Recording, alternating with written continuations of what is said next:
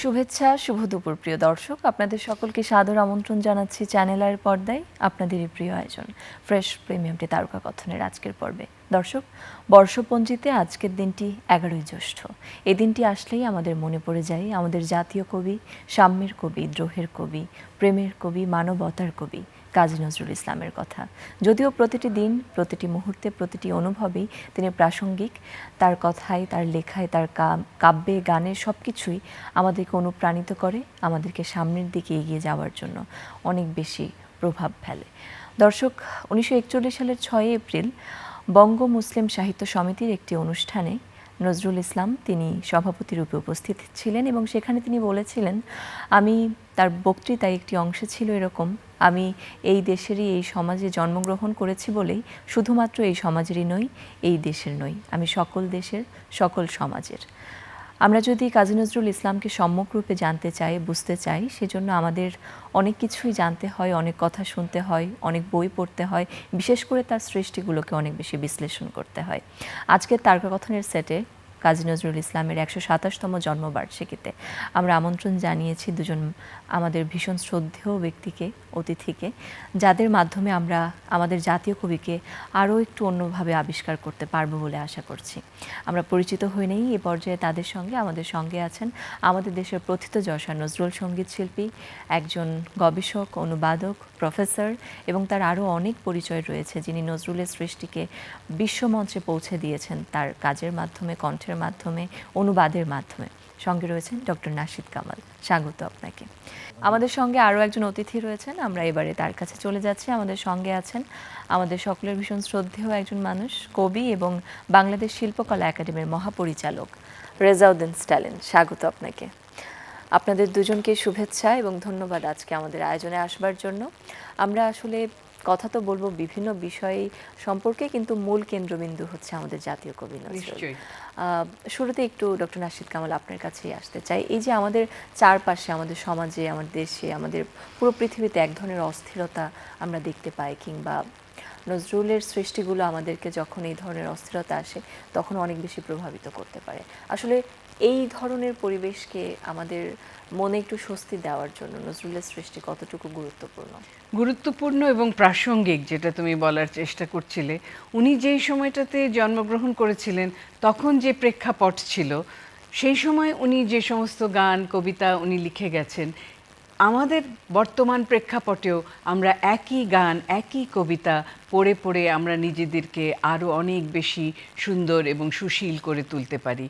ওনার যে মননটা ছিল যে সবাইকে উনি আপন করে নিয়েছেন, সমস্ত সমাজের মধ্যে যে উচ্চ এবং নীচ তার ভেদটাকে তিনি চেয়েছিলেন যে এটা না থাকুক, উচ্চ নিচের ভেদ ভাঙিয়ে দিল, ভাই সব একসাথী, আমরা সেই সে জাতি, ধর্মের পথে শহীদ যাহারা, আমরা সেই সে জাতি, সাম্য মৈত্রী এনেছি আমরা, বিশ্বে করেছি জ্ঞাতি, আমরা সেই সে জাতি। তো সাম্য এবং মৈত্রী এই দুটো শব্দ তিনি যেভাবে ব্যবহার করেছেন, আমরা যদি সেগুলো পড়ি, সেই কবিতাগুলো পড়ি, গানগুলো ধারণ করি এবং ওনার এই মেসেজটা আমরা যদি সর্বত্র ছড়িয়ে দিই। যেমন এবছর একটু আগেই শুনলাম গতকালকে যে 1 বছরের জন্য নজরুল বর্ষ উদযাপন করতে যাচ্ছি। এটা তো একটা ভীষণ খুশির খবর যে কবি কাজী নজরুল ইসলামের বাণীগুলো প্রতিনিয়ত সকলের মুখে মুখে যেন থাকুক, যেন আমরা এর প্রাসঙ্গিকতা ধরে রাখতে পারি এবং সাধারণ মানুষের মধ্যে যে অস্থিরতা, বিভেদ আছে শুধু বাংলাদেশে নয়, সারা পৃথিবীতে, সেটার জন্য একটা নিরাময় খুঁজি তার গানের আশ্রয়ে, তার কবিতার আশ্রয়ে, তার লেখা, তার সম্পাদকীয় ইত্যাদির আশ্রয়ে। একদমই তাই। এবং এই যে একটি বছর নজরুল বর্ষ হিসেবে ঘোষণা করলেন আমাদের মাননীয় প্রধানমন্ত্রী, এজন্য তাকে ধন্যবাদ জানাই। এবং এই বিষয়টি কিন্তু আমাদের সবার জন্য ভীষণ রকম আনন্দের। আমাদের জাতীয় কবি কাজী নজরুল ইসলাম, রেজাউদ্দিন স্ট্যালিন আপনার কাছে আসছে। বিভিন্ন ধরনের আনুষ্ঠানিকতা থাকে সারা বছর, বিশেষ করে এই সময়ে নজরুল জয়ন্তী যখন আসে, তার জন্মবার্ষিকী উপলক্ষে শিল্পকলা একাডেমিতেও আমরা দেখি নানান ধরনের আয়োজন থাকে, সেটা হোক তার কাব্য কিংবা গান কিংবা আলোচনা অনুষ্ঠান। আপনাদের এবারের আয়োজন সম্পর্কে একটু শুনুন। অনেক ধন্যবাদ আপনাকে, চ্যানেলকে ধন্যবাদ যে আমাদের তারকা কথনে নজরুলকে নিয়ে একটা আয়োজন হচ্ছে এবং সেখানে আমাদের ডক্টর নাশিদ কামাল এবং আমাকে আমন্ত্রণ জানিয়েছেন। আমরা নজরুল প্রেমী মানুষ, আমি যেখানে যাই নজরুল আমাদের সঙ্গেই থাকেন। তো এর আগে আমি নজরুল ইনস্টিটিউটে ছিলাম 35 বছর, নজরুল ইনস্টিটিউটে নজরুলকে নিয়ে কাজ করেছি। এখন শিল্পকলা একাডেমিতে এসেছি, এখানেও নজরুলকে নিয়ে কাজ করছি। আমরা 22 থেকে 23 তারিখ পর্যন্ত এবারে শিল্পকলা একাডেমিতে নজরুলকে নিয়ে কিছু অনুষ্ঠানের আয়োজন করেছি। অনেক যেহেতু জাতীয় পর্যায়ে হচ্ছে সেজন্য আমাদের কলেবরটা একটু অন্যরকম। তো আমাদের শিল্পকলা একাডেমি থেকে আমরা যেটা চিন্তা করছি যে নজরুলের যে বর্ষ ঘোষণা করা হয়েছে, মাননীয় প্রধানমন্ত্রী যে নজরুল বর্ষ ঘোষণা করলেন খুবই তাৎপর্যময়, এবং ত্রিশালকে তিনি নজরুলকে কেন্দ্র করে নজরুল নগর ঘোষণা করলেন, নজরুল সিটি, এবং সেটা একটা পর্যটনের সঙ্গে যুক্ত হবে। আমরা যে সৃজনশীল অর্থনীতির কথা বলছি, সেই সৃজনশীল অর্থনীতি হচ্ছে যে আমাদের সুকুমার বৃত্তি দিয়ে, আমাদের চারুকলা দিয়ে, আমাদের সঙ্গীত দিয়ে, আমাদের নৃত্য দিয়ে, আমাদের নাটক, সিনেমা, এইসব যে সুকুমার বৃত্তি আছে সেগুলো দিয়ে আমরা অর্থ উপার্জন করতে পারি, যেগুলো ক্রিয়েটিভ অর্থনীতির সঙ্গে খুব যুক্ত। তো সেই জন্য আমরা মনে করি যে এই নগরটা খুব ভালো, এবং পর্যটনের সঙ্গে যুক্ত করে দিলে বহু মানুষ আসবে দেশ বিদেশ থেকে যারা নজরুলের স্মৃতি দেখবে। যেরকম ইংল্যান্ডে শেক্সপিয়ারকে দেখতে যায়, সেখানে কিন্তু মূল্য দিয়ে দেখতে হয়, গেটেকে দেখতে গেলে মূল্য দিয়ে দেখতে হয়। পৃথিবীর যেখানেই যাবেন মানে যা আপনি দর্শনীয় আছে সেখানে মূল্য দিতে হয়। আমাদের এখানে সবই মূল্যহীনভাবে পাওয়া যায়, এই জন্য আমরা মনে করি সবই মূল্যহীনভাবে পেলে তার মূল্য থাকে না, অর্থহীনভাবে কোনো কিছু দাঁড়ায় না। সেখানে আমাদের নজরুলের যে শিল্পীরা আছে, বিশেষ করে ইয়াং যারা গাইছে, ওদের কন্টিনিউয়াস প্রোগ্রাম থাকবে। প্রতিদিন তারা বিকালে গান করবে, কবিতা আবৃত্তি ধরেন একজন করবে, নাটক করবে। পর্যটক গেল, সে একটা সেন্টারে গেল, ওখানে গিয়ে গান শুনছে, ওখানে গিয়ে নাটক দেখছে, সিনেমা দেখানো হচ্ছে, নজরুলের সিনেমা দেখানো হচ্ছে, আর নজরুলের ওনার উপরে যে ডকুমেন্টারি গুলো সেগুলো দেখানো হচ্ছে, পাঠাগার রয়েছে। যখন উঠলো সেক্ষেত্রে আমি একটু বলতে চাই, নজরুলের কথা কিংবা তার সুর, এসব কিছুর শুদ্ধতা নিয়ে একটা বিতর্ক আমরা দেখি অনেক সময়, এবং বর্তমান তো একটু বিতর্ক কমে যাচ্ছে, কারণ উনি যেখানে ছিলেন নজরুল ইনস্টিটিউটে 35 বছর, তো অনেক সংগ্রাম করে কবি কাজী নজরুল ইসলামের যে শুদ্ধ সুরগুলো, সেগুলো ইনস্টিটিউট থেকে বই আকারে আমরা 1800 গান, শুদ্ধ গান সুর, সেটি আমরা সংগ্রহ করে নজরুল ইনস্টিটিউট থেকে স্বরলিপি করে, স্বরলিপি সত্যায়ন বোর্ড দ্বারা অথেন্টিকাইজ করে আমরা অথেন্টিকেশন দিয়েছেন, আপারাই দিয়েছেন, সেখানে আমরা একটা বই স্বরলিপি প্রকাশ করেছি। এখন আর গানের ব্যত্যয় ঘটার কোনো সুযোগ নেই, আমরা এখন ফিউশন দেখতে পাচ্ছি, সহজে পাওয়া যাচ্ছে, সার্চ দিলেই পাওয়া যায়। আমরা আরো ওয়েবসাইট আছে, নজরুলের গান বলা হয় 4000। আমরা যেটা আপনারা জানেন যে আমরা এটা সংগ্রহ করেছিলাম, সেটা আমি কলকাতায় গিয়ে আমাদের যে সব বড় বড় যারা আছেন ওদের কাছে নিয়ে এসেছিলাম, নিয়ে এসে এখানে ধীরেন্দ্রনাথ মিত্র অনেকে ছিলেন ওইখানে, আমি তাদের কাছ থেকে সংগ্রহ করে নিয়ে এসেছিলাম। এটা একমাত্র সুধীনদা আমাকে পাঠিয়েছিলেন আমাদের ইনস্টিটিউট থেকে। তো আমি সেখান থেকে কিছু নতুন গান আমরা নিয়ে এসেছিলাম, সেগুলো থেকে আছে 3317টা গান এখন আমাদের সংকলনে আছে। আমরা আশা করছি যে আরো 1-200 গান আমরা পাবো। তো চ্যানেল আইন মাধ্যমে এই প্রোগ্রাম যারা দেখছে ছোটরা, তারা জানবে যে আমাদের ওয়েবসাইটের মধ্যে এই গানগুলো আপলোডেড আছে, ওখানে গেলে তুমি স্বরলিপিটা পাবে, বইটা কিনে নিতে পারবে, আর এখন আর এটা নিয়ে কোনো সংশয় নেই। আমাদের একটা জিনিস আমাদের দেশের লোকেদের সবচেয়ে বেশি হচ্ছে যে নজরুল বিয়ে কয়টা করেছিল আর বিয়েটা কিভাবে ভাঙলো, এটা নিয়ে চিন্তা বেশি। তারপরে সে রুটির দোকানে কাজ করতো, ওই কথাটা বারবার বলা হয় না, এবং বলে নজরুলকে কিভাবে খাটো করে রাখা যায় সেসব চিন্তা ভাবনা আমাদের জাতিগত বৈশিষ্ট্য। কিন্তু আবার এক শ্রেণীর মানুষ আছে যারা নজরুলকে গভীরভাবে ভালোবাসে। এই যে মাননীয় প্রধানমন্ত্রী নজরুল বর্ষ ঘোষণা করলেন, এটা কিন্তু আমাদের সেই ভালোবাসারই বহিঃপ্রকাশ। অর্থাৎ যারা সত্যিকার অর্থে জ্ঞানকেন্দ্রিক সমাজ চায়, নলেজ বেস সোসাইটি চায়, তারা কিন্তু নজরুলকে সাথে রাখতেই হবে, কারণ ইনক্লুসিভ সোসাইটির মূল তত্ত্বটা নজরুলই অনেক আগে দিয়েছিলেন, অন্তর্ভুক্তিমূলক সমাজ। আপনার সাথে আমি একমত, এবং একটা কথা এখানে বলতে হচ্ছে যে এই যে বারবার বলা হয় না যে উনি রুটি বেলতেন, উনি একটা দরিদ্র পরিবারে জন্মগ্রহণ করেন। তো যখন আমি ওনার বইটা ট্রান্সলেট করলাম, ওনার জীবনীটা, সেটার মধ্যে কিন্তু একদম বিপরীত একটা ইনফরমেশন পেলাম। সেটা কি, যে 7 প্রজন্ম ধরে ওরা খুব নাম করা একটি কাজী ফ্যামিলি ছিলেন, দিল্লির কাজী, এবং ওনারা পাবনাতে কি বলে পাটনাতে ওনাদের অরিজিনাল বাড়ি ছিল, সেখান থেকে ওনারা এখানে এসেছেন, এবং ওদের পরিবারে এই উর্দু, ফার্সি এগুলো বলার রেওয়াজ ছিল। এবং 7 প্রজন্ম আগে ওনার 7 পর্দাদা, তার নাম ছিল কাজী খেবারতুল্লাহ, এবং তার নামে ইংল্যান্ডে যে লর্ডস অ্যান্ড লেডিসদের দেখেন না পটস অ্যান্ড প্যান্সের মধ্যে নাম খোদাই করা থাকে, ওনাদের নামও সেটার মধ্যে খোদাই করা ছিল। উনি বংশ পরিচয় অত্যন্ত উঁচু ছিলেন। হ্যাঁ, অর্থ হয়তো ছিল না, না, না, থাকবে কি, বা বাবা বিত্ত মারা ছিল গেছে, না, হ্যাঁ। তারপরে এই তো এতিম সেটা হয়ে তো গেছে, যে কোনো সেটা তো- পরিবারে হতে পারে যে তোমার বাবা মারা গেলে অর্থ কমে যেতে পারে।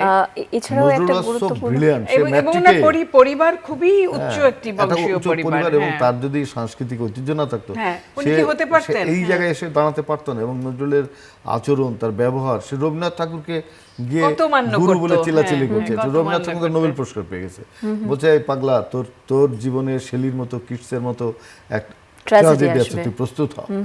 নজরুল এই কথাবার্তার অভিভাষণে লিখছে। হ্যাঁ। তো আমাদের মনে হয় যে নজরুলকে নিয়ে আমাদের অনেক ভাবতে হবে। যে নার্গিসের কথা বলে, শুনেন, এটা অনেকে জানেন না যে নজরুল যখন বাংলাদেশে এলেন 1971 সালে, 72 সালে, 72 সালে 24 মে, মে হ্যাঁ। উনি এখানে এলেন। আসার পরে নার্গিস তখন থাকতো পুরনো ঢাকায়, মানে নজরুলের প্রথম যার সঙ্গে পরিণয় হয়েছিল।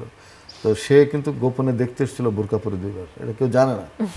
ওনার মেয়ে থাকে আমেরিকায়, তার সাথে আমার দেখা ওনার হয়েছিল। মেয়ে বলেছে এটা। হ্যাঁ, শাহানা ওনার মেয়ে, হ্যাঁ। আমেরিকায় থাকেন। এবং যেই দিন উনি কবি কাজী নজরুল ইসলাম এসেছিলেন, আমি আমার বাবার হাত ধরে এয়ারপোর্টে গিয়েছিলাম এবং ওনাকে রিসিভ করেছিলাম ওখানটাতে।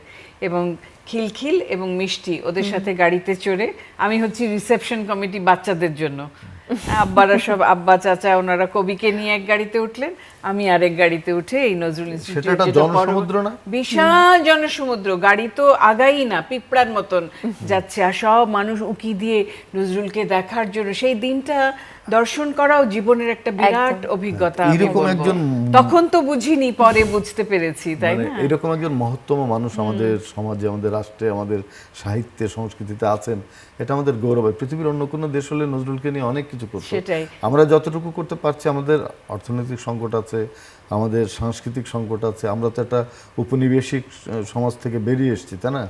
তো নজরুলকে বলা হচ্ছে যে তিনি হলো উপনিবেশবাদ বিরোধী পৃথিবীর সর্বশেষ কবি, সেটা বলছেন উইনস্টন ল্যাংলি।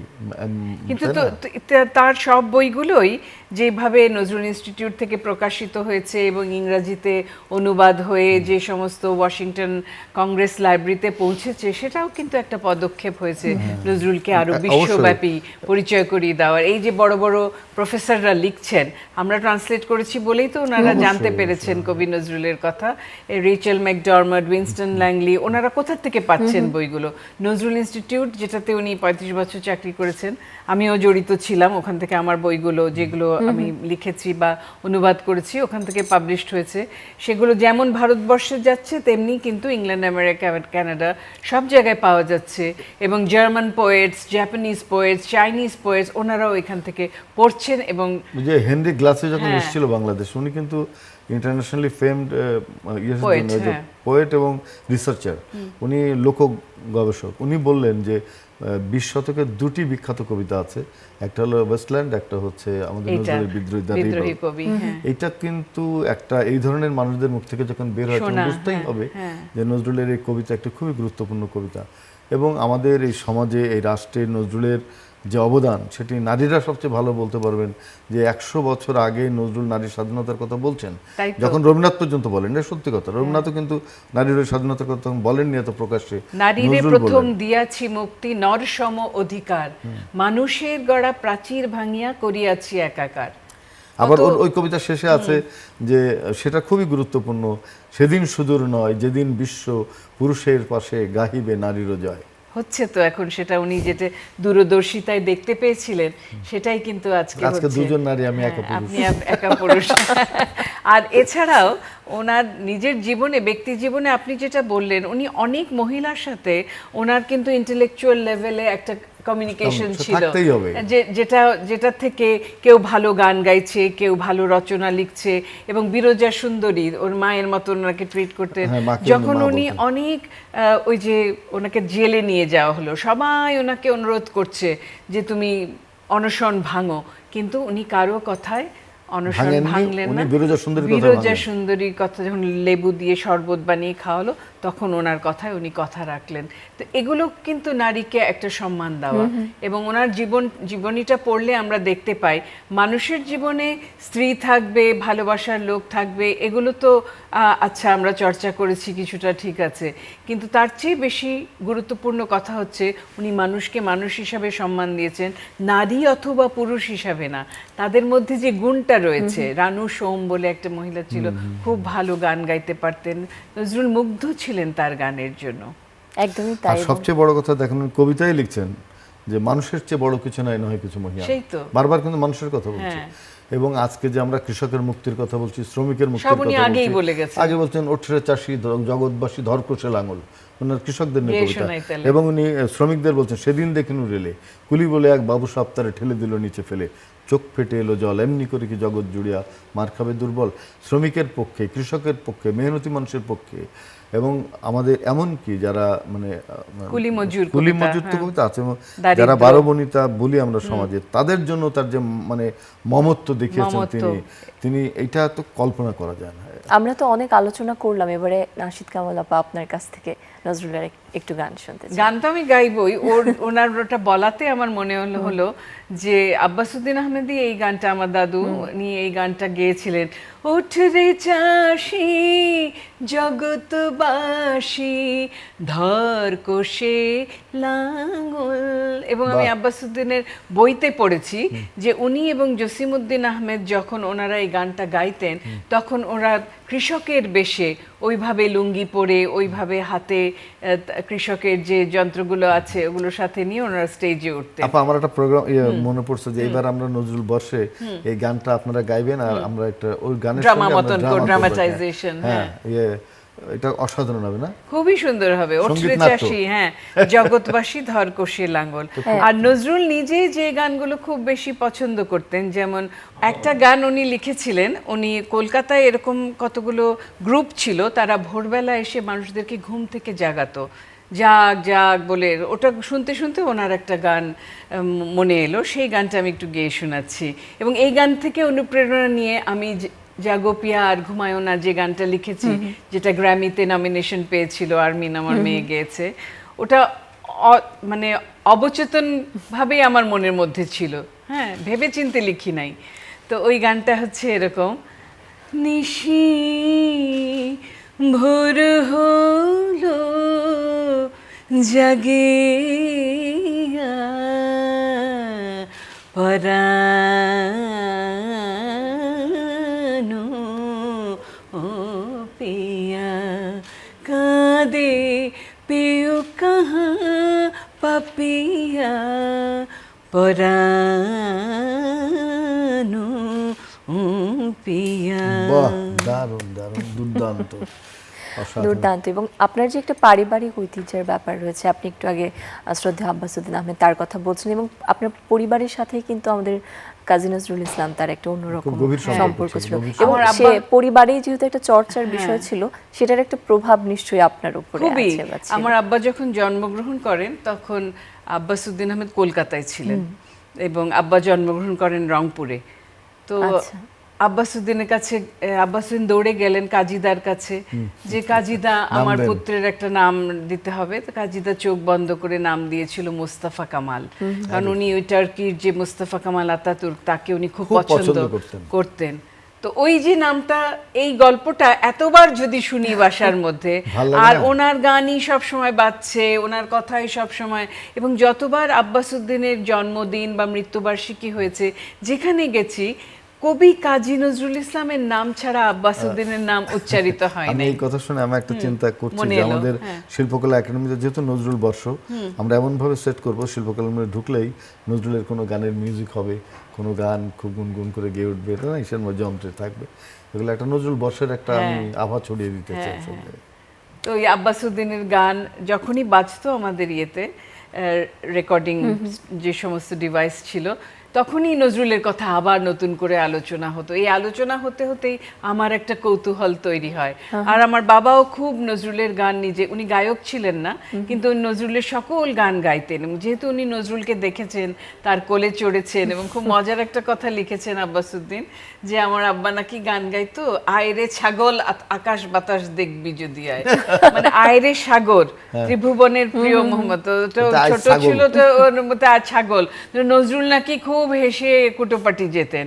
এই পারিবারিক কথাগুলো, তারপর আমার দাদি বলতেন যে উনি বাজার করে নিয়ে আসতেন, আচ্ছা। নিয়ে এসে এই এটা দিয়ে শালগম দিয়ে গরু গোশত, এটা নাকি খেতে উনি খুব ভালোবাসতেন। বাহ। দাদিকে বলতেন যে আলেয়া তুমি, তা এখন সারাক্ষণ যদি তুমি এগুলো গল্প শোনো, আর বাড়িতেও বড় করে ওনার ছবি টাঙানো ছিল স্বাভাবিকভাবে আমাদের। এবং ও আমার থেকে স্টালিন অল্প ছোট, আমরা একসাথেই কবি কাজী নজরুল ইসলামের মানে সাধনা করে যাচ্ছি অনেক কাজ বহু করছে বছর আমার ধরে। ওনারা হ্যাঁ। আপাতত বহু খুবই বছর মানে ধরে আমরা অনুবাদগুলো দুজনে, করছেন। আমার বই পাবলিশ হলেও আমি দেখাই ওকে যে এটা ঠিক হলো কিনা, কারণ ও তো খুব ভালো পোয়েট, অনেক বছর ধরে বাংলায়, মাঝে মাঝে আমি ওর সাহায্যও নেই। তো এখন শিল্পকলার সবসময় মহাপরিচালক, আমি আর- আমরা টুগেদার আছি আর কি সব কাজে। আপা আমার জন্য অনেক কিছু করেছেন জীবনে, মানে একটা নজরুলের উত্তরাধিকার নজরুলও মানুষের জন্য করতেন। তো আপার প্রতি আমি সবসময় কৃতজ্ঞ থাকি। থ্যাংক এবং ইউ, তাকে এটা খুব কোনো পছন্দ করি আমি। ব্যাপার না। এবং আপা খুব পরিশীলিত একজন মানুষ, নজরুল নিয়ে চর্চা করছেন। এরকম অনেক মানুষ আমাদের দরকার যারা নজরুলকে ভালোবাসবেন, নজরুল নিয়ে কাজ করবেন। আমরা মনে হয় একদম শেষ দিকে এসে গেছি। আমরা কথা বলতে বলতে আসলে সময়টা যে কিভাবে যাচ্ছে বুঝতেই পারছি না। আর আমি আসলে আপনাদের কাছ থেকে শুনছি যখন, মনে হচ্ছে অনেক রকম জ্ঞান, অনেক ধরনের তথ্য তাই তো, পাচ্ছি, তোমাদেরকে বলা, তোমার মাধ্যমে টেলিভিশনের দর্শকদেরকে চ্যানেল আই আমাদের ইনভাইট করেছে, তো এটাতে তো সকলের মাঝে ছড়িয়ে যাচ্ছে আমাদের একদম। কথাগুলো। সেটাই। একদমই তাই। আর আমরা তো নজরুলকে খুব সনাতন ভাবে ভাবছি, মানে একদম সনাতনী একটা প্রথায় নজরুলকে আমরা ভাবছি। ওই একই, সে কি কি খাইতো, কি করতো, বিয়ে করছিল কিনা, হ্যাঁ, এই যে চিন্তার মধ্যে ঘুরপাক। সে কবে রফিজুল্লাহ দরগার বাড়ি এসে ওখানে ছিল, তো হলো ওগুলো, এইগুলো তো হলো। জীবনে। এর বাইরে যে উনি নজরুল, যে কত বড় হ্যাঁ, একজন এবং মানুষ, এরকম এবং গল্প এবং, প্রচলিত আছে এখানে যে একটি- রবীন্দ্রনাথ ঠাকুর তো অনেক বড় লোক, সে জাহাজে করে চলে যাচ্ছে নোবেল পুরস্কার নিতে, আর নজরুল তো জাহাজে যেতে পারছে না, অন্য অন্য এসে যানবাহনে যে ধরতে পারে নাই, জাহাজ চলে গেছে, এই জন্য রবীন্দ্রনাথ নোবেল পুরস্কার পেয়ে গেছে। এই যে আমাদের সমাজে নানা রকম মানে, এবং বিশেষ করে এখন যদি আমরা সামাজিক যোগাযোগ মাধ্যমেও দেখি, রবীন্দ্রনাথ এবং নজরুলকে নিয়ে একটা অন্যরকম মানে অস্থিতিশীল একটা অবস্থা, কিন্তু কিংবা দেখেন, একটা তুলনার মাপকাঠি এসে যায়। আপা এই একটু বিষয়টা বলে আসলে দিই, একটু রবীন্দ্রনাথ পরিষ্কার নজরুল কত হওয়া পছন্দ করতেন। উনি দরকার। একটা বইয়ের প্রকাশনোৎসবে কলকাতায় রবীন্দ্রনাথ বড় অনুষ্ঠান, সেখানে কলকাতার অনেক বড় বড় লোক, যেমন রবীন্দ্রনাথ থাকলে সবাই থাকতো, নজরুলও ওই দিকে বসেছিল, নজরুলকে ডেকে এনে পাশে বসাইছেন। হ্যাঁ, এবং এবং এবং নজরুল ইসলাম নিজে গান লেখার আগে উনি রবীন্দ্রনাথের সব গানগুলো খুব ভালো করে জানতেন। লোকে ওনাকে হাফিজে রবীন্দ্রনাথ এবং বলতো। উনি রবীন্দ্রসঙ্গীত গিয়ে পয়সা উপার্জন করেছেন তার এত তার গান পছন্দ ছিল, রবীন্দ্রনাথের গান নজরুলের এত পছন্দ ছিল, লোকে তাকে তার জন্য রেমুনারেশন দিত। এবং আর কি। এছাড়াও আমরা যখন দেখি যে যখন তিনি কারাগারে, আমাদের জাতীয় কবি, এবং তখন রবীন্দ্রনাথ কি বসন্ত বলেছে নাটক জানেন যখন রবীন্দ্রনাথ সম্পর্কে? উৎসর্গ করা হলো, ওইটা তো করছে রবীন্দ্রনাথ বলছেন যে, মানে তোমরা যারা, ওই যে বিভিন্ন লোকরা বলতো যে গুরুদেব আপনি ছোকরাকে এ করছেন, ও তো এই যখন এই যুদ্ধের দমামা টমামা থাকবে না, তখন তো নজরুলকে কেউ স্মরণ করবে না, কারণ তখন এই ও ঝনঝনি, অসির ঝনঝনি থাকবে না। রবীন্দ্রনাথ বললেন তোমরা মনোযোগ দিয়ে কাজীর কবিতা পড়নি, আর পড়লেও সেটা উপলব্ধি করতে পারোনি। যে কবিতা যুগের দাবি মেটায় সে তো কবিতা নয়, সেটা মহাকাব্য। অর্থাৎ উনি নজরুলকে মহাকাব্যিক একজন কবি হিসাবে পুরুষ চিহ্নিত হিসেবে, করেছিলেন। হ্যাঁ। একজন নোবেল লরিয়েট যখন তার পরবর্তীকালের কোনো কবিকে এইভাবে মানে উৎসাহিত করে কিংবা স্বীকৃতি দেয়, বুঝতে হবে সেও নোবেল পুরস্কার পাওয়ার যোগ্য। এটা কিন্তু বিশ্বের মানে সাহিত্যের ইতিহাসে স্বীকৃত একটা বিষয়। খুব সুন্দর কথা বললেন। উইনস্টন ল্যাংলি একজন প্রফেসর আছেন আমেরিকার, উনি একবার একটা প্রেজেন্টেশনে আমাদের বলেছিলেন যে আমেরিকার যে চার্টারটা আছে 10টা পয়েন্ট, সেই 10টা পয়েন্ট ইতিপূর্বে কবি কাজী নজরুল ইসলাম তার Fulfill কবিতা করছে। এবং এর মধ্যে বলে গেছেন অলরেডি, দারুণ, যেটা চার্টার হিসাবে আগামীতে, তার মানে কি মানবতার কবি উনি যে সমস্ত এবং পয়েন্ট একই সাথে দিয়েছিলেন। ভীষণ রকম আধুনিক কবি। কত আধুনিক কবি, আমেরিকা কত গবেষণা করে টরে এই 10টা চার্টার দিয়েছে, উনি সেটা অনেক অনেক আগে আগে বলে ফুলফিল গেছেন। করছে এবং বলে গেছে। এবং দেখেন ভূপেন হাজরিকার মতো শিল্পী বলছে কি, সবার হৃদয়ে রবীন্দ্রনাথ, চেতনাতে নজরুল, এমনি বলেনি। সত্যি এই যে তাই। নজরুল এবং রবীন্দ্রনাথ, দেখেন নোবেল লরিয়েট রবীন্দ্রনাথ এত বৈশ্বিক, এত মহৎ, এত অসীম, সেই কবির সঙ্গে তুলনা করা হচ্ছে নজরুলকে, এবং নজরুল রবীন্দ্রনাথকে পাশাপাশি রেখে আমরা মূল্যায়ন করছি, তার তুলনা প্রতিতুলনা করছি। আর একজন কবি আছেন সুকান্ত ভট্টাচার্য, সে তো 21 বছর বয়সে মারা গেল। আমাদের বাংলাদেশে কিন্তু রবীন্দ্র, নজরুল, সুকান্তের একসাথে জন্মদিন পালিত হতো। এই কারণে এই তিনজনই কিন্তু মানবতার কবি। এই তিনজন একবার মানুষ মুক্তির জন্য আজীবন লড়াই করেছেন। এবং আমি একটা তথ্য দিই যে প্রথম বাংলাদেশের কথা যখন এই দেশের স্বাধীনতার সঙ্গে হবে কিনা আমরা জানতাম না, প্রথম রবীন্দ্রনাথ গাইলেন, আজি বাংলাদেশের হৃদয় হতে কখন আপনি এই অপরূপ রূপে বাহির হলেন জননী ওগো মা তোমায় দেখে দেখে আখি না আখি না ভরে। ফিরে। নজরুল বললেন নমো নমো নমো বাংলাদেশ মম চিরমনোরম চিরমধুর, সুকান্ত বললেন হিমালয় থেকে সুন্দরবন, হঠাৎ হঠাৎ বাংলাদেশ বাংলাদেশ, কেঁপে কেঁপে ওঠে পদ্মার উচ্ছ্বাসে, সে কোলাহলের রুদ্ধস্বরের আমি পাই উদ্দেশ, জল ও মাটিতে ভাঙনের বেগ আসে। কবিরা স্বপ্নদ্রষ্টা, তারা কিভাবে দেখেন অনেকখানি বাংলাদেশের দেখতে নাম পান, বলে দিল, হ্যাঁ। যে দেশের নাম হবে বাংলাদেশ, বাঙালি সব হিন্দু মুসলিম বৌদ্ধ খ্রিস্টান চাকমা ভিল গারো সবাই থাকবে। সাঁওতাল সবাই এ থাকবে, সব মিলিয়ে সবাই যে দেশ থাকুক হবে আমরা। সেই দেশের নাম হবে বাংলাদেশ। এবং এই বাংলাদেশের নজরুলের চর্চা হোক আপনাদের মাধ্যমে, আপনাদের সকলের মাধ্যমে। আমরাও একসাথে নজরুলকে তার শ্রদ্ধার জায়গায় রাখতে চাই এবং আমরা চাই নজরুলের চর্চা সবসময় চলতে থাকুক এবং তার যে চেতনা, তার যে দেশপ্রেম কিংবা তার যেই জীবনবোধ, এই সব কিছু সকল প্রজন্মের মানুষের কাছে একভাবে পৌঁছে যায়। করা হোক। আপনাদেরকে ধন্যবাদ আমাদের আজকের আয়োজনে আসবার জন্য। আমরা অনেক কিছু শুনলাম, জানলাম, বুঝতেও পারলাম অনেক কিছু এবং আশা করছি আপনাদের মাধ্যমে নজরুল চর্চা এবং নজরুলের যে আলো, সেই আলোর দ্যুতি পুরো বাংলাদেশে, পুরো বিশ্বব্যাপী ছড়িয়ে পড়বে। আপনাকেও ধন্যবাদ। আমরা আজকের এই আয়োজন থেকে বিদায় নিতে চাই। আপা, আপনার কণ্ঠে একটি গান শুনতে শুনতে। সবার হৃদয়ে রবীন্দ্রনাথ, চেতনাতে নজরুল, যতই আসুক বিঘ্ন বিপদ, হাওয়া হোক প্রতিকূল, এক হাতে বাজে অগ্নিবীণা, কণ্ঠে গীতাঞ্জলি, হাজার সূর্য চোখের তারায় আমরা যে পথ চলি, সবার হৃদয়ে রবীন্দ্রনাথ, চেতনাতে নজরুল।